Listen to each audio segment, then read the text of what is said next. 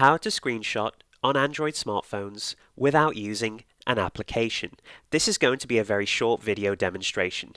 So to screenshot, all you need to do is press the volume down button and the power button all at the same time and hold until the screenshot is taken. So I'm going to demonstrate this now. So I'm just going to press the volume down button and the power button at the same time and hold until the screenshot is taken. And there you go, guys, the screenshot has been taken, and as you can see on the bottom left hand corner there, you have the option to share immediately or edit. I'm not going to be utilizing any of these quick access tools, however you can do so if you want. I'm just going to quickly show you that the screenshot has indeed been taken and it has been saved in your photo or photo album. So I'm just going to tap on photos here and then navigate to screenshots and just tap on the screenshot that we've just taken. Alright guys, that pretty much concludes the video. I hope you enjoyed. If you did, be sure to give this video a like, comment down below, and most importantly of all, subscribe to support the channel.